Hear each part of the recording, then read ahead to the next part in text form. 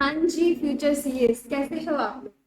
I hope आप लोग की तैयारी अच्छी चल रही होगी, और अगर नहीं चल रही है ना तो तैयारी करनी शुरू कर दो, क्योंकि सितंबर बस आने ही वाला है और आप लोग के एग्जाम्स आ गए। और मेरी जो आपसे एक्सपेक्टेशंस थी, या मेरी जो आपसे कह सकते हैं कि प्रॉमिस था कि मैं आप लोग का बिजनेस लॉ कंप्लीट करवाऊंगी, तो मैंने अपना प्रॉमिस कंटिन्यू रखा है। मैंने अब तक आपको इंडियन कॉन्ट्रैक्ट एक्ट कंप्लीट करवा दिया है। अगर आपको उसकी वीडियोस देखनी है तो आप यूट्यूब पे देख सकते हैं। अब हम लोग करेंगे कॉन्ट्रैक्ट ऑफ सेल, मतलब sale of good act basically. तो हम लोग ये वाला एक्ट करने वाले हैं। ये एक्ट उसके एक्ट के कंपैरिजन में छोटा होगा, तो ये 4 क्लासेस में खत्म हो जाएगा। और इस वीडियो के एंड में फिर मैं आपसे पूछूंगी एक एमसीक्यू, और जिसका जवाब आप लोग को जो है कमेंट सेक्शन में देना होगा। अब हम लोग करते हैं कि सेल ऑफ गुड एक्ट 1930 की शुरुआत कैसे हुई, इसके अंदर क्या क्या इंपॉर्टेंट चीजें हैं। तो जब आज की क्लास आप लोग देख लोगे ना, यानी आज 15 से 20 मिनट इन्वेस्ट करने के बाद आपको समझ आ जाएगा कि किसी भी कॉन्ट्रैक्ट में, सेल ऑफ गुड के स्पेशली जो कॉन्ट्रैक्ट्स होते हैं उसमें क्या क्या चीजें एसेंशियल्स होती हैं, गुड्स की डेफिनेशन में क्या क्या चीजें आती हैं, एक डिलीवरी कब मानी जाती है, प्राइस कैसे डिटरमाइन होता है, ये सारी चीजें आप जो है वो क्लास के एंड तक में समझ जाओगे, सीख जाओगे। ठीक है, तो फिर चलो शुरू करते हैं हम लोग। Sale of good act 1930। Sale of good act 1930 जो है ना, ये आपका आया था, इफेक्टिव हुआ था 1 जुलाई 1 जुलाई 1930 से। और जैसा कि हमारी आदत है, हम लोग कभी हर जो भी एक्ट है वो सारे किसी ना किसी से इंस्पायर होकर बनाते हैं। हम कॉपी नहीं करते हैं, हम इंस्पायर होते हैं। तो ये इंस्पायर हुआ था इंग्लिश लॉ से। इंग्लिश लॉ 1893 से इंस्पायर होके हमने ये वाला एक्ट पास किया था। तो ये डील किस चीज से करता है, ये डील करता है कि कोई भी जब हम लोग सेल परचेज करते हैं तो उस तरह के कॉन्ट्रैक्ट्स में अगर कुछ इश्यूज आ जाते हैं तो उसको कैसे टैकल किया जाए, इस तरह की चीजों को ये डील करता है। 1 जुलाई आपको डेट याद रखने की जरूरत तो नहीं है, लेकिन वैसे ये स्पेशल डे होता है क्योंकि आज के दिन मतलब 1 जुलाई के दिन हमारा सीए डे भी सेलिब्रेट होता है। तो आप इस तरीके से भी इसको याद रख सकते हैं। अब हम देखते हैं इस एक्ट में टोटल क्या क्या चीजें जो हैं जो कि हम लोग कवर करने वाले हैं। इंग्लिश लॉ नहीं, हमारा सेल ऑफ गुड, यानी सेल ऑफ गुड एक्ट 1930। इसको हम टोटल 4 पार्ट्स में डिवाइड कर देते हैं हमारे सिलेबस के अकॉर्डिंग। ये 4 चीजें जो हैं वो आपके एग्जाम पॉइंट ऑफ व्यू से इंपॉर्टेंट हो सकती है।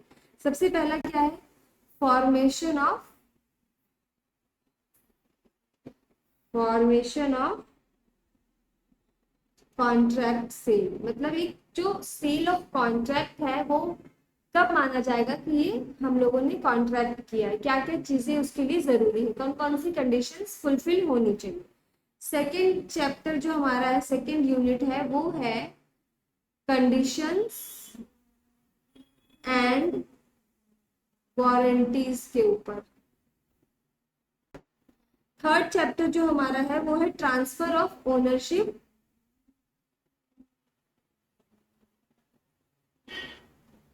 Transfer of ownership. मतलब ट्रांसफर ऑफ ओनरशिप यानी कि हम अपनी ओनरशिप दे रहे हैं गुड की, जो सेलर है वो क्या करेगा, ओनरशिप ओनरशिप अपनी ट्रांसफर करेगा, एंड बायर जो है वो क्या करेगा, डिलीवरी लेगा गुड्स की। तो यानी ट्रांसफर ऑफ ओनरशिप और delivery of goods. And fourth और जो लास्ट टॉपिक हमारा होने वाला है वो होने वाला है अनपेड सेलर। तो ये टोटल 4 पार्ट्स में ये पूरा एक्ट डिवाइड है। ये चारों चैप्टर्स हम लोग करने वाले हैं, हमारे सिलेबस में ये सब कुछ होने वाला है। तो सबसे पहला जो हम लोग शुरू करेंगे वो करेंगे ट्रांसफॉर्मेशन ऑफ कॉन्ट्रैक्ट, मतलब फॉर्मेशन कैसे माना जाएगा।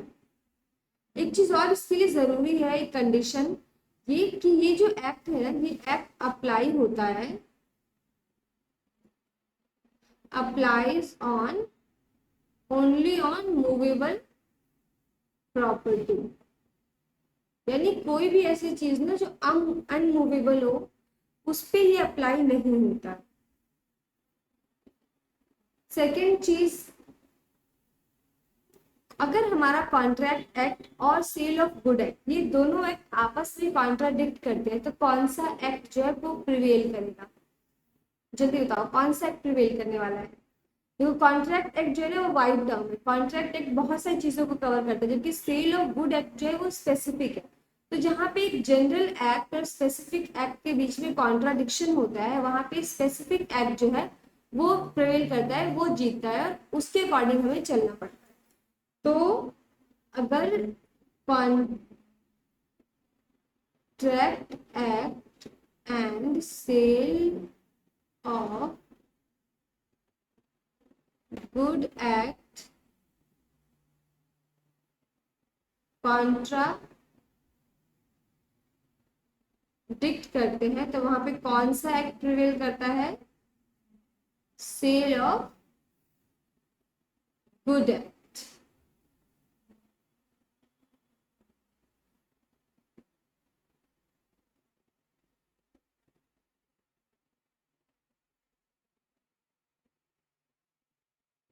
अब ना डेफिनेशंस देख लेते हैं, जो भी इंपॉर्टेंट डेफिनेशंस इस चैप्टर में होने वाली ना वो सारे डेफिनेशंस का हम लोग कवर करेंगे। डेफिनेशंस, तो सबसे पहली जो डेफिनेशन है, सबसे पहली डेफिनेशन है बायर की। आखिर बायर कौन होता है? बायर का मतलब वो पर्सन जो गुड्स को परचेज कर रहा है या फिर इन फ्यूचर परचेज करेगा, यानी हु बायर्स और अग्रीज टू बाय, दोनों चीजें आ गई इसके अंदर। सेकेंड है सेलर कौन होता है? सेलर मतलब द पर्सन हु सेल्स और agrees to sell। यही इसके कीवर्ड्स हैं। डेफिनेशन आप पूरी कंप्लीट लिखना, लेकिन कीवर्ड्स को जरूर मेंशन करना, आपके मार्क्स जो है ना वो पूरे मिलेंगे। उसके बाद सबसे, इसके बाद जो थर्ड मोस्ट इंपॉर्टेंट डेफिनेशन आती है ना वो आती है गुड्स की। गुड्स का मतलब क्या होता है? इतना तो हम समझ चुके हैं कि सिर्फ और सिर्फ ये किस पे लगेगा? मूवेबल प्रॉपर्टी पे लगेगा, मूवेबल गुड्स पे लगेगा। इमूवेबल गुड्स पे ये नहीं लगने वाला ये है। तो उसके अलावा फिर भी अगर कुछ मूवेबल है तो उसकी डेफिनेशन क्या है? तो मूवेबल गुड्स, गुड्स का मतलब एनी मूवेबल प्रॉपर्टी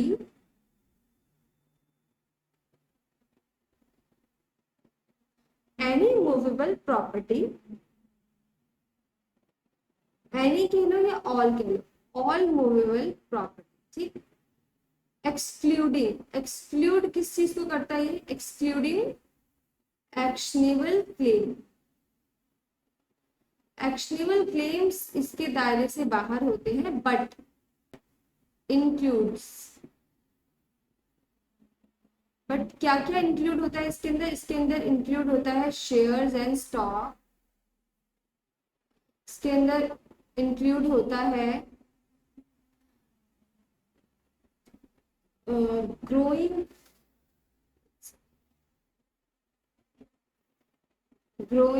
क्रॉप्स, ठीक है। ये हमारी डेफिनेशन हो गई कि all movable property excluding actionable claim but includes shares and stock and growing crops. ये हो गई इसकी डेफिनेशन, ये हो गए हमारे सारे कीवर्ड्स। अब एक्शनेबल क्लेम समझ लेते हैं। एक्शनेबल क्लेम का क्या मतलब हुआ यहाँ पे? एक्शनेबल क्लेम, एक्शनेबल क्लेम का मतलब हुआ एनी काइंड ऑफ डेट, यानी किसी भी तरह की जो उधारी होती है ना, लोन वगैरह, वो इसके अंदर नहीं आता है। Any actionable claim which can be enforced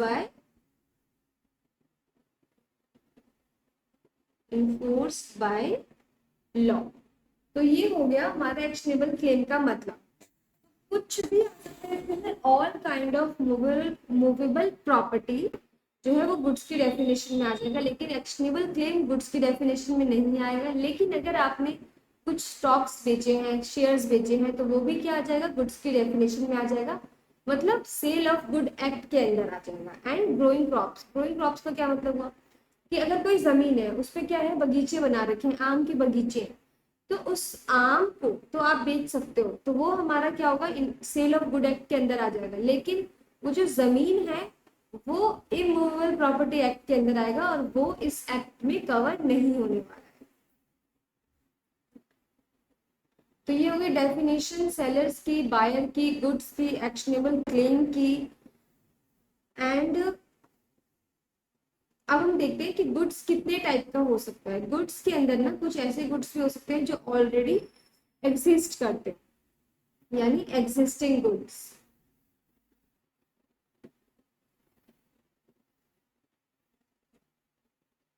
यानी उसका प्रोडक्शन ऑलरेडी हो रखा है, वो एट प्रेजेंट अभी हमारे पास अवेलेबल है। फिर सेकंड हो सकता है फ्यूचर गुड्स। फ्यूचर गुड्स मतलब प्रोडक्शन अभी नहीं हुआ है, इन फ्यूचर वो प्रोड्यूस होने वाले हैं। जैसे कि एक एग्जांपल लेते हैं कि हमारे पास जो है आम के बगीचे हैं, बट अभी सीजन नहीं आया, अभी सर्दियों का टाइम चल रहा है, लेकिन हमने क्या किया, ऑलरेडी एक कॉन्ट्रैक्टर के साथ डील कर लिया कि नेक्स्ट सीजन में जब आम उगेंगे ना, तो ये आम आप मुझसे खरीद लेना। तो जो ये कॉन्ट्रैक्ट हुआ है इसमें गुड्स अभी तो नहीं है, लेकिन फ्यूचर में आ जाएंगे, तो इसे कहते हैं फ्यूचर गुड्स। एंड थर्ड होता है हमारे पास कंटिंजेंट गुड्स। कंटिंजेंट गुड्स का क्या मतलब हुआ, कंटिंजेंट गुड्स का मतलब हुआ कि किसी एक पर्टिकुलर कंडीशन को फुलफिल करने पे एक पॉइंट ऑफ टाइम के बाद जो गुड्स आएंगे उसे कहेंगे हम कंटिंजेंट गुड। मतलब इसका जो एक्विजिशन है वो डिपेंड करता है किस पे, किसी अनसर्टेन इवेंट पे। Acquisition depends on uncertain event, तो इसे हम बोलेंगे कंटिंजेंट गुड्स। अब हम देखते हैं डिलीवरी का क्या मतलब हुआ। डिलीवरी का मतलब कि हम लोगों ने क्या किया, जो प्रोडक्ट है हमारे पास उसको सेल कर दिया, मतलब डिलीवर कर दिया, यानी ओनरशिप का ट्रांसफर होना। इसका मतलब होता है voluntary transfer of ownership, voluntary transfer of ownership from one person to another person. इसमें ना सेल ऑफ गुड एक्ट के अंदर दो पार्टीज का इन्वॉल्व होना हमेशा ही कंपलसरी है। ऐसा नहीं हो सकता कि मैं अपने आप को ही सामान बेच दूं और अपने आप से ही सामान खरीद लूं, तो इसलिए इसमें हमेशा क्या होगा, दो पार्टीज इन्वॉल्व। अब डिलीवरी भी हमारे पास जो है ना वो तीन टाइप की होती है। सबसे पहला हो गया एक्चुअल डिलीवरी, यानी अगर आपके पास कोई एग्जिस्टिंग गुड है, आप खुद सोचो कि यहाँ पास आपके पास एग्जिस्टिंग गुड है, तो आप उसका क्या करोगे, एक्चुअल डिलीवरी कर सकते हो, आपके पास ये ऑप्शन है। लेकिन अगर कोई फ्यूचर गुड है तो उसकी आप डिलीवरी कर पाओगे एक्चुअली में नहीं, उसकी डिलीवरी कब होगी, उसकी डिलीवरी होगी फ्यूचर में। तो एक होता है एक्चुअल डिलीवरी, एक होता है constructive constructive delivery. Constructive delivery का मतलब एक्चुअल में वो दिखेगा नहीं आपको कि डिलीवरी हो रही है, बट वहां पे क्या होगा, डिलीवरी होगी। मतलब इसमें जो प्रोडक्ट है हमारे पास, प्रोडक्ट कह लो या गुड्स कह लो, प्रोडक्ट या फिर गुड्स की कस्टडी चेंज नहीं होती है, इसकी कस्टडी जो है, custody remains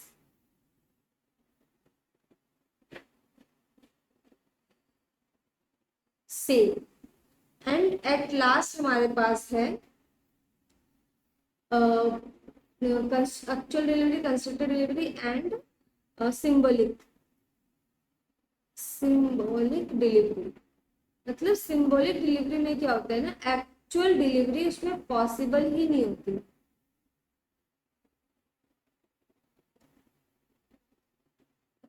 actual delivery is not possible, उस केस में क्या हो जाएगा, उस केस में हो जाएगा सिंबॉलिक डिलीवरी। ये हो गए हमारे पास टाइप्स ऑफ डिलीवरी। अब इसके बाद हम लोग देखेंगे डॉक्यूमेंट ऑफ टाइटल। मतलब जब हम लोग ये बात करते हैं कि हम ओनरशिप ट्रांसफर कर रहे हैं या फिर हम बोलते हैं कि हमने क्या कर दिया, डिलीवरी कर दी, तो उसमें डॉक्यूमेंट्स क्या क्या है, किन चीज़ों से हमें पता चलेगा कि हाँ डिलीवरी जो है वो हो चुकी है। तो इसके कुछ सपोर्टिंग डॉक्यूमेंट्स होते हैं। वो सपोर्टिंग डॉक्यूमेंट्स कौन कौन से हो सकते हैं? सपोर्टिंग डॉक्यूमेंट्स, तो सपोर्टिंग डॉक्यूमेंट्स में ना आपका हो सकता है वो बिल ऑफ लेडिंग हो। Bill of lending, bill of leading जो है ना ये आपको डिटेल में पढ़ने को मिलेगा कस्टम एक्ट में। जब आप फाइनल में कस्टम एक्ट पढ़ोगे तो उसमें आपको पता चलेगा बिल ऑफ लीडिंग क्या चीज होती है। बेसिकली जब आप कोई भी प्रोडक्ट इंपोर्ट करते हो या फिर एक्सपोर्ट करते हो ना फॉरेन में, इंडिया से बाहर जाता है या बाहर से इंडिया में आ रहा होता है, तो उस टाइम बिल ऑफ लीडिंग जो है वो शिप के ओनर को दिया जाता है कि ये आपको मैं दे रहा हूँ, आप इसको क्या करोगे, आगे जाके डिलीवर करोगे। तो वो हो गया हमारे पास बिल ऑफ लीडिंग एक सपोर्ट। फिर सेकंड इसमें हो सकता है रेलवे रिसीट हो सकती है। अगर रेलवे के थ्रू कोई सामान जा रहा है तो रेलवे रिसीट भी क्या हो जाएगा, एक सपोर्टिंग डॉक्यूमेंट हो जाएगा। फिर वेयर हाउस के डॉक्यूमेंट्स आ सकते हैं इसके अंदर।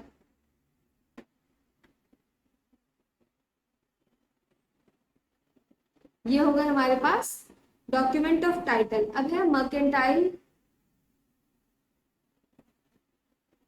Mercantile agent. एजेंट हमने पढ़ा था कॉन्ट्रैक्ट एक्ट के अंदर भी, और एजेंट हम लोग पढ़ेंगे यहाँ पे भी। मर्केंटाइल एजेंट कौन सा एजेंट होता है? मर्केंटाइल एजेंट वो एजेंट होता है जो किसी पर्सन के बिहाफ पे सिर्फ बिजनेस पॉइंट ऑफ व्यू से अपॉइंट होता है। वो सिर्फ उसका काम क्या होता है, बिजनेस को प्रमोट करना, प्रोडक्ट को सेल परचेज करना, इतना सा काम होता है मर्केंटाइल एजेंट का। तो मर्केंटाइल एजेंट जो होता है वो होता है in the course of business.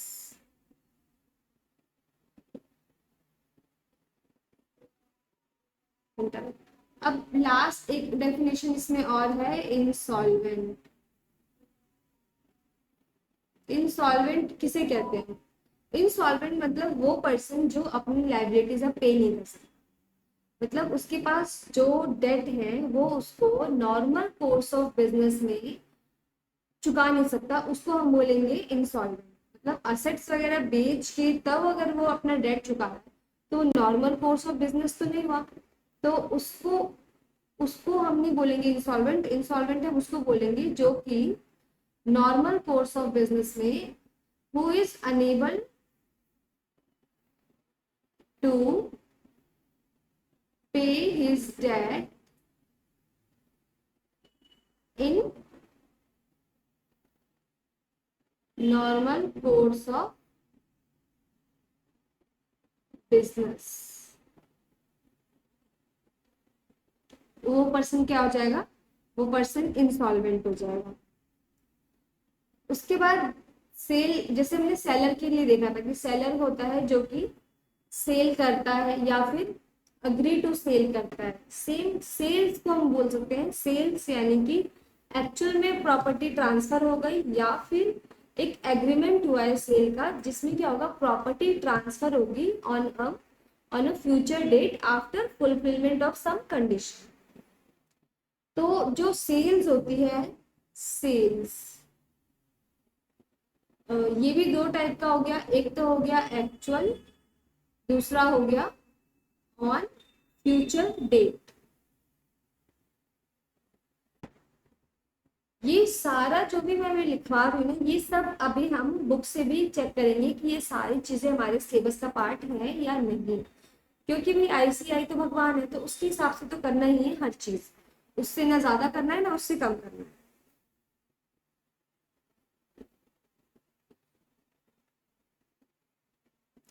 तो जब हम सेल की बात करते हैं ना, तो सेल में हमेशा क्या होगा, टू पार्टीज इन्वॉल्व होंगी। ठीक, two parties involve and subject matter जो होगा, इसी कंडीशन अभी हम लोग देख रहे हैं सेल की। सेकंड, सब्जेक्ट मैटर जो होगा ना वो हमेशा क्या होगा, एक गुड हो। यानी सब्जेक्ट मैटर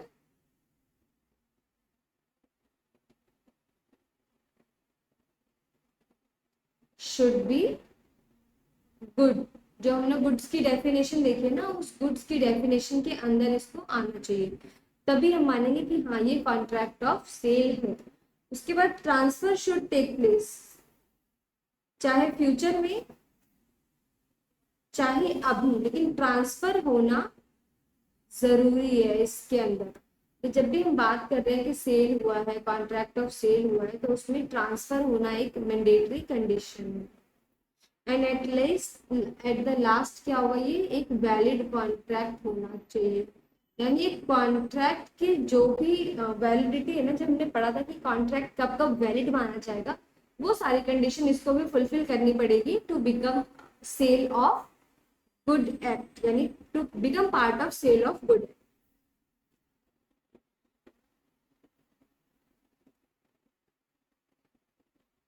अभी हम ये चीजें ना देख लेते हैं एक बार साथ के साथ बुक में भी, कि ये चीजें हमने कवर करी, जो भी चीजें हमने लिखी है वो सब हमारे सिलेबस में है या नहीं।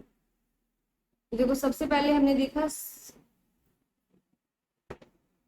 देखो स्कोप रह गया। स्कोप जो हमारा है वो किस पे लगा, ये चीज हमने कवर कर ली है। वैसे ये इमूवेबल प्रॉपर्टी पे नहीं लगता है, ये सिर्फ और सिर्फ किस पे लगता है, it is not applicable on immovable property, it will be only applicable on movable property.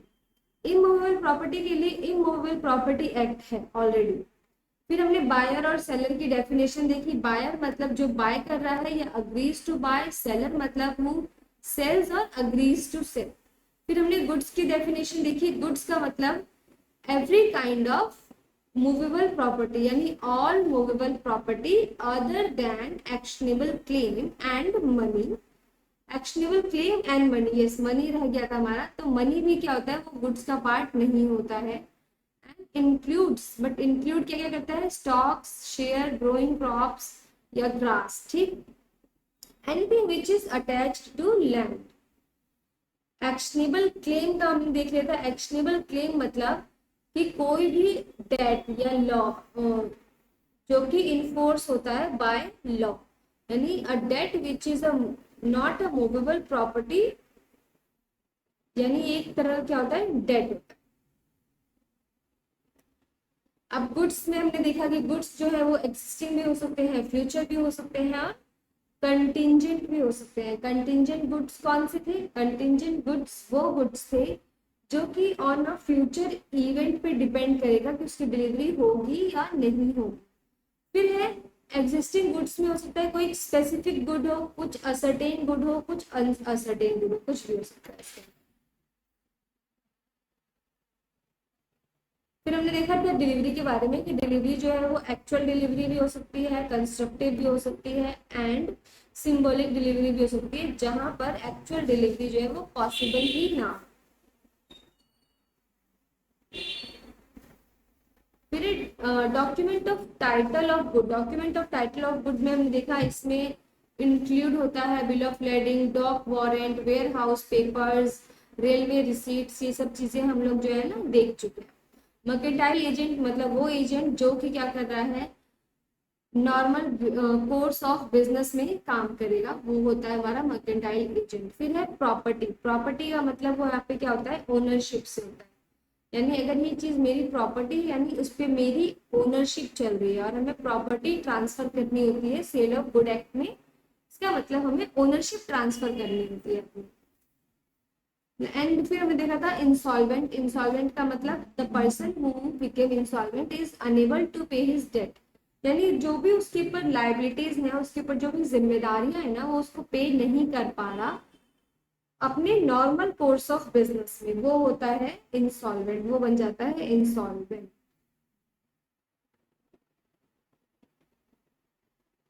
Cell and agreement to sale देखा हमने अभी, एंड ये कंडीशंस हम लोग पढ़ चुके हैं। There must be at least two parties, contract होना जरूरी है। कॉन्ट्रैक्ट एब्सोल्यूट भी हो सकता है, कंडीशनल भी हो सकता है, लेकिन एक वैलिड कॉन्ट्रैक्ट होना जरूरी है।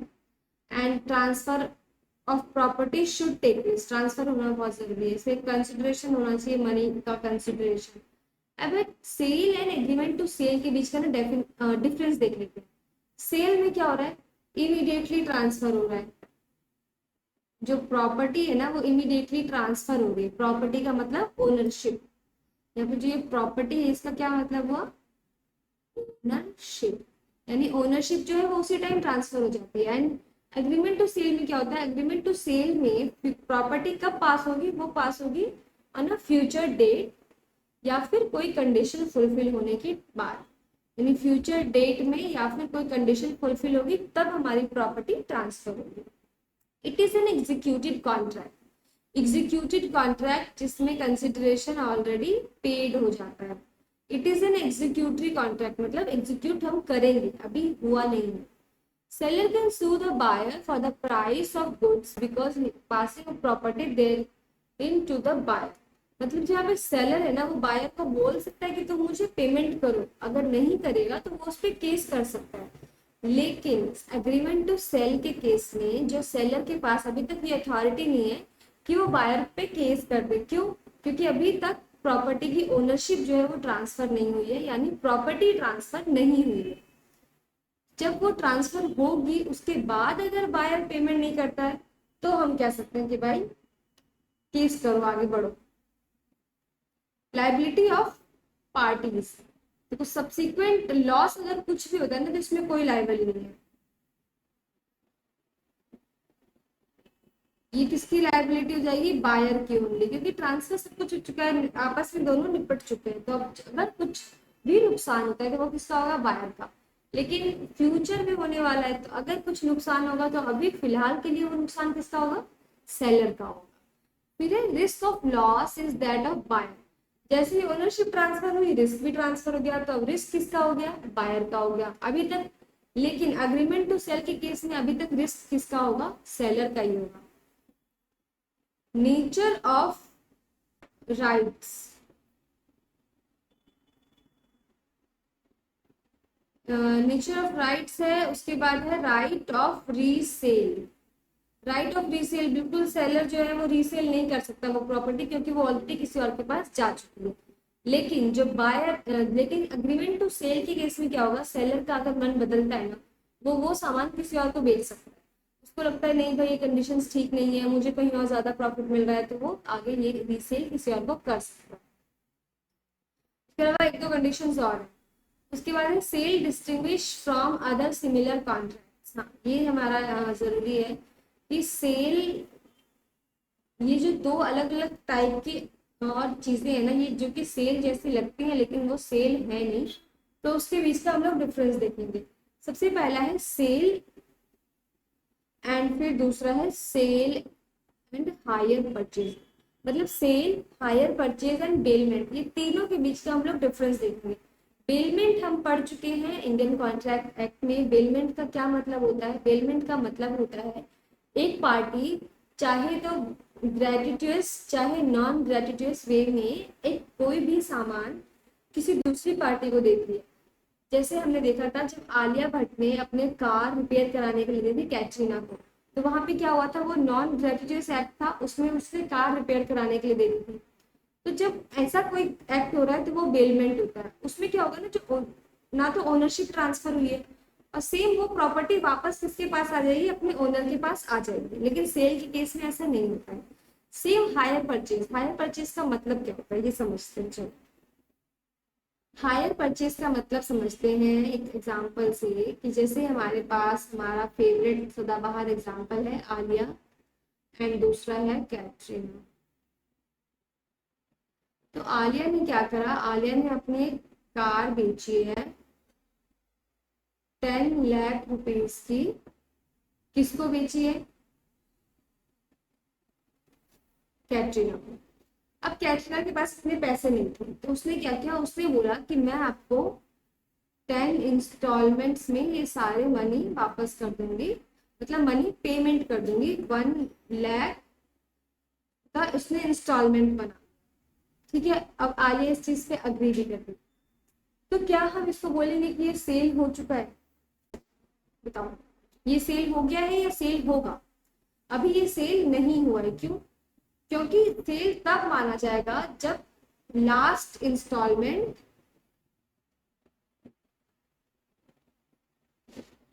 पे हो जाएगा तब माना जाएगा ये सेल। यानी हायर परचेज के केस में क्या होता है, सेल तब माना जाता है। हायर परचेज भी सेल ही बनता है लेकिन आगे चल के बनता है, उससे पहले वो हायर परचेज रहता है। तो हायर परचेज सेल कब बनता है, जब लास्ट इंस्टॉलमेंट पे हो जाती है। ठीक, उसके बाद पोजीशन ऑफ गुड ट्रांसफर हो जाता है क्योंकि कार अब इसके पास आ गई है, शी इज यूजिंग। ठीक है, तो अब कैटरीना कार को यूज तो कर रही है लेकिन अभी तक ओनरशिप ट्रांसफर नहीं हुई। ओनरशिप कब ट्रांसफर होगी, सेम लास्ट इंस्टॉलमेंट के टाइम पे। एंड जो पर्सन है ना आलिया, शी हैज राइट कि वो क्या करे, टर्मिनेट द कॉन्ट्रैक्ट।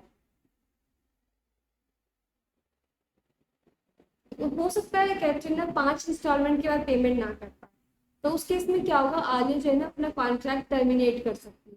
या हो सकता है आलिया का मन बदल जाए, उसको लगे कि नहीं ये चीज तो मेरे पास ही रहनी चाहिए, मेरे लिए स्पेशल है, लकी है, फलाना ढिमकाना। तो उस केस में क्या होगा, उस केस में आलिया इस कॉन्ट्रैक्ट को टर्मिनेट कर देगी और उसके जो भी पैसे उसने कैटरीना से लिए थे एज इंस्टॉलमेंट, वो उसको कर देगी क्या, रिटर्न। तो ये हमारे पास हायर परचेज का एग्जांपल, इसे हम बोलते हैं हायर परचेज।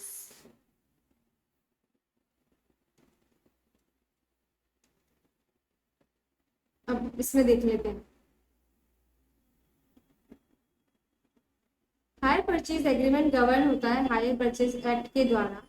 हायर परचेज का मतलब तब इसमें क्या होता है, एक हायरर होता है, एक हायरी होता है, और हायरर जो है वो हायरी से हायर करता है प्रोडक्ट। एंड सेल कब बनेगा, जब लास्ट इंस्टॉलमेंट पे हो जाए। पोजीशन तब तक किसकी रहने वाली है, ओनर की ही रहने वाली है। पीरियोडिक इंस्टॉलमेंट देगा, द प्रॉपर्टी पास उस person on the last instalment. देखो पोजीशन ट्रांसफर हो गया, यहाँ पे कैटरीना के पास गाड़ी तो आ गई है, पोजीशन आ गया है, लेकिन ओनरशिप नहीं आई है, यानी प्रॉपर्टी अभी तक वो उसकी नहीं बनी। ये चीज पॉइंट वो कह रहा है। Last such person has right to terminate the agreement at any time before property so passed. यानी जो यहाँ पे हमारे सामने आलिया ने किया, उसने क्या किया, उसने अपने कॉन्ट्रैक्ट को टर्मिनेट कर दिया, अपनी गाड़ी वापस ले ली। तो ये अधिकार होता है इस केस में, यानी हायर परचेज के केस में। बेलमेंट हमने देखा हुआ है, बेलमेंट ये डिफरेंस, इसी के बेसिस पे डिफरेंसेस बनाए गए हैं कि जो प्रॉपर्टी ट्रांसफर होगी वो लास्ट इंस्टॉलमेंट के बाद होगी। पोजीशन ट्रांसफर हो जाएगा लेकिन प्रॉपर्टी ट्रांसफर नहीं होगी, इसमें लास्ट में होगी। और इसमें प्रॉपर्टी एंड पोजीशन दोनों ही साथ के साथ ट्रांसफर हो जाते हैं।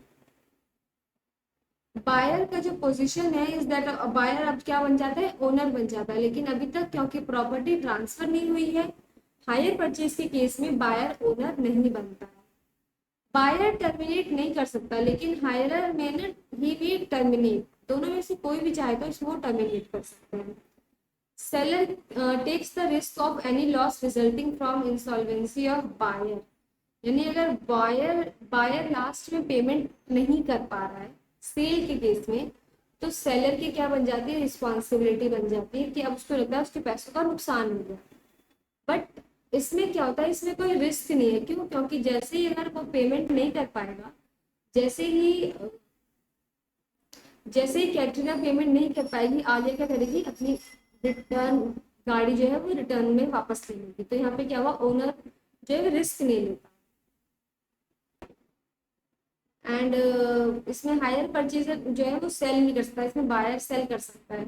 यानी जब आपने खरीद लिया, आप उसके ओनर बन गए हो, तो आप उसको चाहे बेचो चाहे यूज करो, आपकी मर्जी है। लेकिन हायर परचेज के केस में क्योंकि आप खुद ही ओनर नहीं बने हो, तो आप उसको आगे चल के बेच भी नहीं सकते। अब है बेलमेंट। बेलमेंट एंड सेल के बीच का डिफरेंस देख लो। इसमें प्रॉपर्टी ट्रांसफर हो जाएगी, इसमें ट्रांसफर नहीं होगी प्रॉपर्टी, सिर्फ पोजीशन देगा।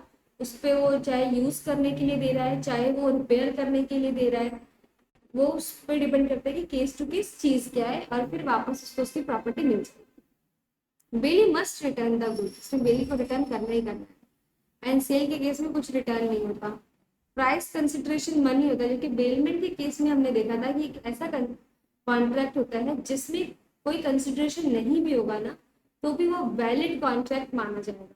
मतलब माना जाएगा कि ठीक है, उसने जैसे एक दोस्त ने अपने दोस्त को बाइक यूज करने के लिए दी कि ये मेरी बाइक यूज कर 1 साल तक, उसके बाद मुझे वापस कर दिया, और उसने उसके बदले कोई पैसे चार्ज नहीं किए, तो तब भी ये क्या होगा, एक वैलिड कॉन्ट्रैक्ट माना जाएगा। Contract of sale how made. Contract of sale बनता कैसे, ये हम देखेंगे अभी इसमें। Contract of sale, contract of sale कई तरीके से बन सकता है। पहला कॉन्ट्रैक्ट ऑफ सेल बन सकता है कि उसी टाइम उन लोगों ने क्या किया, अग्री कर लिया कि हाँ तुम मुझे सामान बेचना और मैं तुम्हें पैसे दूंगा, यानी ऑफर एंड एक्सेप्टेंस। तो सबसे पहला इसमें हो गया ऑफर एंड एक्सेप्टेंस। सेकंड इसमें हो सकता है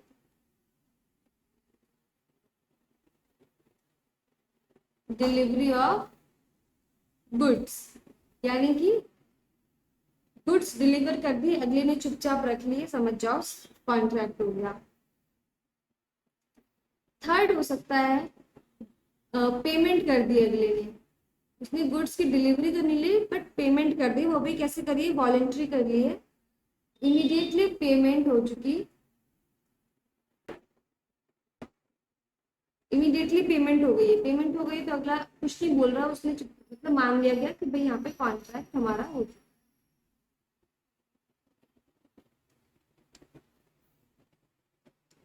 हो सकता है दोनों की दोनों क्या हो, इंस्टॉलमेंट में हो, मतलब पेमेंट भी इंस्टॉलमेंट में हो रही है, डिलीवरी ऑफ गुड भी इंस्टॉलमेंट में आ रहा है, तब भी माना जाएगा कि ये वैलिड है।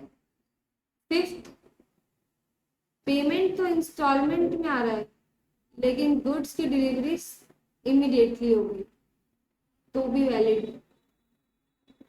सिक्स, पेमेंट इमीडिएटली हो गई सारी, लेकिन गुड्स जो है वो कैसे आएगा, इंस्टॉलमेंट में आएगा, तो क्या होगा, तो भी माना जाएगा कि भाई ये हमारा कॉन्ट्रैक्ट ऑफ सेल हो गया। यही है कॉन्ट्रैक्ट ऑफ सेल कैसे बनता है, ये सब चीजें इसके अंदर लिखी। अब subject matter of contract of sale. Subject matter of contract of sale में क्या क्या आ सकता है, जैसा हमने देखा सब्जेक्ट मैटर मतलब जिस चीज का ट्रांसफर हो रहा है, जिस चीज जो प्रॉपर्टी ट्रांसफर हो रही है, तो इसमें एक हो सकता है कि एग्जिस्टिंग हो गुड, या हो सकता है फ्यूचर गुड, जो कि हमने देख लिया। एग्जिस्टिंग गुड मतलब उसका मैन्युफैक्चरिंग ऑलरेडी हो गया है, फ्यूचर गुड मतलब आम जो कि फ्यूचर में होने वाले हैं और हमने पहले से ही कॉन्ट्रैक्ट कर दिया। फिर उसका है good perishing before making a contract, इसका मतलब गुड्स जो है वो पेरिश्ड हो गए यानी खराब हो गए कॉन्ट्रैक्ट के बनने से पहले, तो उस केस में जो कॉन्ट्रैक्ट होने वाला है वो वॉइड होने वाला है ना, क्योंकि इसकी कंडीशन पहले से ही फुलफिल नहीं हो रही थी। तो इस तरह के भी कॉन्ट्रैक्ट हो सकते हैं जो कि कैसे हो जाएंगे, वॉइड। फिर ऐसा हो सकता है कि गुड्स जो है पेरिश्ड हो गए हैं but after agreement to sale, यानी अभी सेल नहीं हुई थी लेकिन एग्रीमेंट हो गया था कि हम लोग बेच देंगे, और वो वाले गुड्स खराब हो जाते हैं, तो उस केस में भी क्या हो जाएगा, उस केस में भी एग्रीमेंट वॉइड हो जाएगा। यानी ये सारे केसेस जो है ना, ये तीनों केसेस, इसके अलावा इसके अलावा अगर ये तीनों केसेस में क्या होने वाला है, इस केस में वॉइड होने वाला है हमारा एग्रीमेंट। अब है प्राइस कैसे डिटरमाइन करते हैं। प्राइस डिटरमाइन किस किस तरीके से हो सकता है, प्राइस डिटरमाइन हो सकता है कॉन्ट्रैक्ट के बेसिस पे, हो सकता है जब हम लोगों ने कॉन्ट्रैक्ट कर रहे हैं, मैं ऑफर कर रहा हूँ, सामने वाली पार्टी एक्सेप्टेंस दे रही है, तो हमने उसी टाइम डिसाइड कर लिया कि भाई तुझे इतने रुपए में ये चीज देनी वाली है, ठीक। सेकंड हो सकता है कि हम लोगों ने डिसाइड नहीं किया कुछ, बट हमने कॉन्ट्रैक्ट में मेंशन कर दिया कि हम इस तरीके से अपना प्राइस डिटरमाइन करेंगे, यानी कुछ ना कुछ वे निकाला है। Agree to be fixed in a manner provided by contract, यानी जैसा कॉन्ट्रैक्ट में लिखा है उस तरीके से price determine. And third, determined by the course of dealing between the parties, यानी ये पार्टीज डिसाइड करेंगी कि कैसे हम लोग कॉन्ट्रैक्ट, कैसे हम लोग प्राइस डिटरमाइन कर रहे हैं। तो ये तीन तरीके हो गए प्राइस डिटरमाइन करने। अगर agreement to sale at valuation, देखो असर्टेनमेंट ऑफ प्राइस में ना दो सेक्शन आ गए, सेक्शन 9 सेक्शन 10। सेक्शन 9 जो अभी डिसाइड कर रहा है, सेक्शन 10 उस पे बता रहा है कि अगर हम एग्रीमेंट टू सेल करते हैं, ये सेल नहीं कर रहे हैं, एग्रीमेंट टू सेल हो रहा है, तो उस केस में कैसे प्राइस डिटरमाइन होगा। सेक्शन 10 जो है वो प्रोवाइड करता है only by the third party. Section 10 कहता है थर्ड पार्टी डिसाइड कर रही है, उसको हम लोग कैसे डील करेंगे, उसको हम लोग सेक्शन 10 में डील।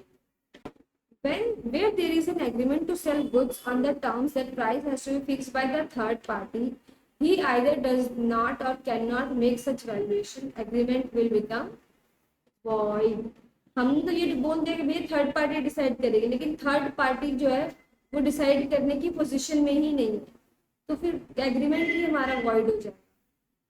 फिर in case of third party is prevented, third party का कोई ना कोई एक पार्टी, मतलब दो पार्टीज में बायर एंड सेलर और एक है थर्ड पार्टी, तो बायर या फिर सेलर दोनों में से कोई भी क्या कर रहा है, थर्ड पार्टी को डिसाइड नहीं करने दे रहा है।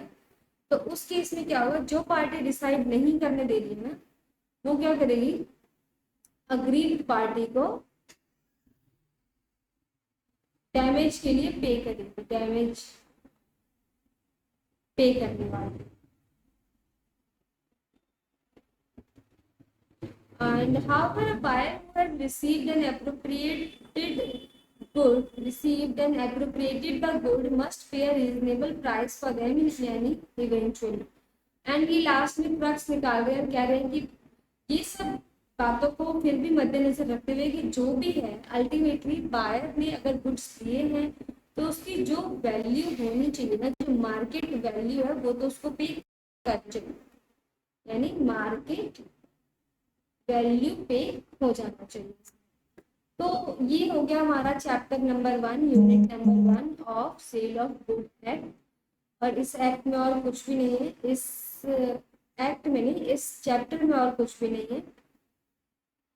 इसके बाद हम लोग देखेंगे सेकेंड चैप्टर, जिसमें हम लोग एक्चुअल में लॉ के बारे में पढ़ेंगे। तब तो हमने मोटा मोटा जो है ना तो बस डेफिनेशंस देखी। तो फिर ठीक है, मिलते हैं अगली क्लास में। तब तक आप मुझे इसमें बताना कि इसमें आपको क्या क्या चीज़ें और आपको ऐसा लगता है कि जो मैंने एक्सप्लेन नहीं की है, जो मैं एक्सप्लेन कर सकती हूँ, वो चीज़ों के बारे में आप मुझे फीडबैक दें।